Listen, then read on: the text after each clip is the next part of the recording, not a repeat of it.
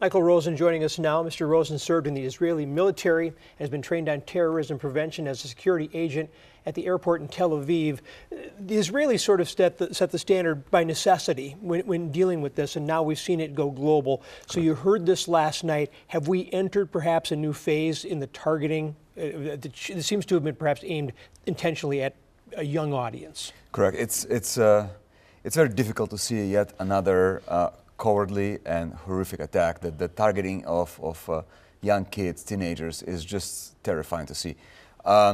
We have seen over the last 2 to 3 years really an increase, spike in number of terrorist attacks carried by individuals in Europe as well as in the United States. And unfortunately, this is the new reality for us. There were two things that I noticed here. One was this was in the foyer, as I understand it, so it wasn't in the concert venue itself. So there were people milling about, but maybe not as many as in the arena. And I wondered, is security as tight out there? And then the other part of it was people started to panic and run. And I thought that in and of itself was another security issue. Correct. It's important to note that from a security standpoint, we learned this the hard way in Israel. There was a horrific incident in a Dolphinarium. It's a nightclub in Tel Aviv where many young adults, teenagers also were killed. It's very similar fashion by a suicide bomber.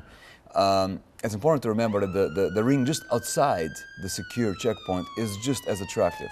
Remember the attacks in Stade de France in Paris, where a similar scenario played out. And it's important to have layers of security outside the actual checkpoint. They're able to do just that, identify potential threats and intervene whenever possible. You work with businesses, you work with venues about security. We are in Minnesota obviously entering a period of time when we're going to be going to festivals and events and things like that. As citizens, what should we be on the vigilant about? Yeah, so I think it's important to note that as citizens, no one should be panicked, concerned. We should continue with our life. The minute we stop doing so and become paranoid, we allowing these cowards to win, and there is no room for that. With that said, we have to be vigilant and smart. And most of those incidents, the bombers, the terrorists, stand out. They stand out because their purpose in the environment is different than legitimate purpose. And they stand out in their behavior, they stand out in their belongings, they stand out in what they do. When we as citizens see that something just doesn't look right, it's important to notify the security officials, law enforcement officials, act upon it, don't hold it inside yourself.